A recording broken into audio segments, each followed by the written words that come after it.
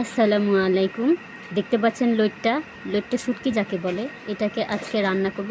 আমাদের যশোর অঞ্চলে এভাবেই রান্না করা হয়। এটাকে ভালোভাবে কেটে কুটে ধুয়ে নিয়ে তারপর পাটায় বাটতে হবে।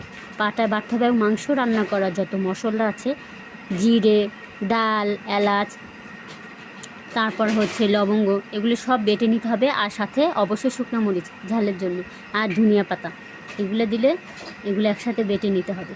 দিয়ে তারপর আমি পেঁয়াজ কুচি করে নেব। কুচি করে নিয়ে এটা ব্রাউন কালার করে ভেজে নিয়ে তার মধ্যে বাটনাটা আমি দিয়ে দেব।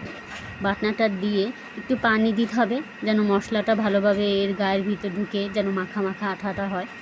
এটা আমি দিয়ে দিলাম। দিয়ে দেওয়ার পর এবার এটাকে সব পানি শুকিয়ে নিতে হবে। সব পানি শুকানোর পর তারপরে এটা দেখছেন সব পানি শুকিয়ে গেছে। এটার রান্না একদম কমপ্লিট। এটা হয়ে গেছে রান্না করা, এবং গরম ভাতের সাথে খেতে